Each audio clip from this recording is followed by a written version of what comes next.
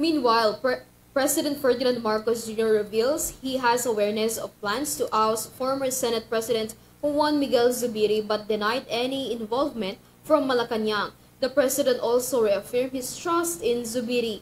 Details from this report. President Ferdinand Marcos Jr. admitted that he is well aware that some senators have begun planning to oust former Senate President Juan Miguel Zubiri from his position. President Marcos stated that he knew from the beginning that Senate President Francis Cheese Escudero was planning to lead the Senate.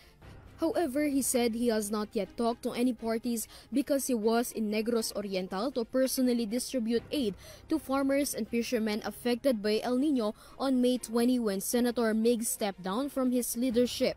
And I did not speak to any parties at any point, simply because I was out of town. If you remember, on that day, yung nabalita na yung nung umaga, I was asked if I would issue a statement on the change of leadership. And I said, bakit nag-change na ba? Sabi na, well, merong gumagalaw. And when I landed back in Manila at about 3 or 4 in the afternoon, saka lang nalaman, tapos na. Nag-change na, nag-step down na si Senator Riggs. The president clarified that Malacanang had nothing to do with Zubiri's ouster, emphasizing the Senate's decision prevailed. It can be remembered that there were speculations that Malacanang was involved in the actions against the former Senate president. This is after Zubiri's statement pointed out the independence of the Senate as an institution. President Marcos also addressed this allegation.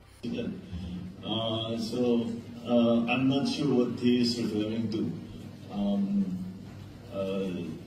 If that is a specific instance or just as a general principle, I don't know. I haven't spoken to him about it. The last time I spoke to him, we talked about the procurement law. Marcos assured that he still has trust in Zubiri and that the senator's vote did not reflect the president's confidence in him. Of course. The decision to change the leadership is not made by me. It was made by the senators. This is Griza Lopez for Euro TV News.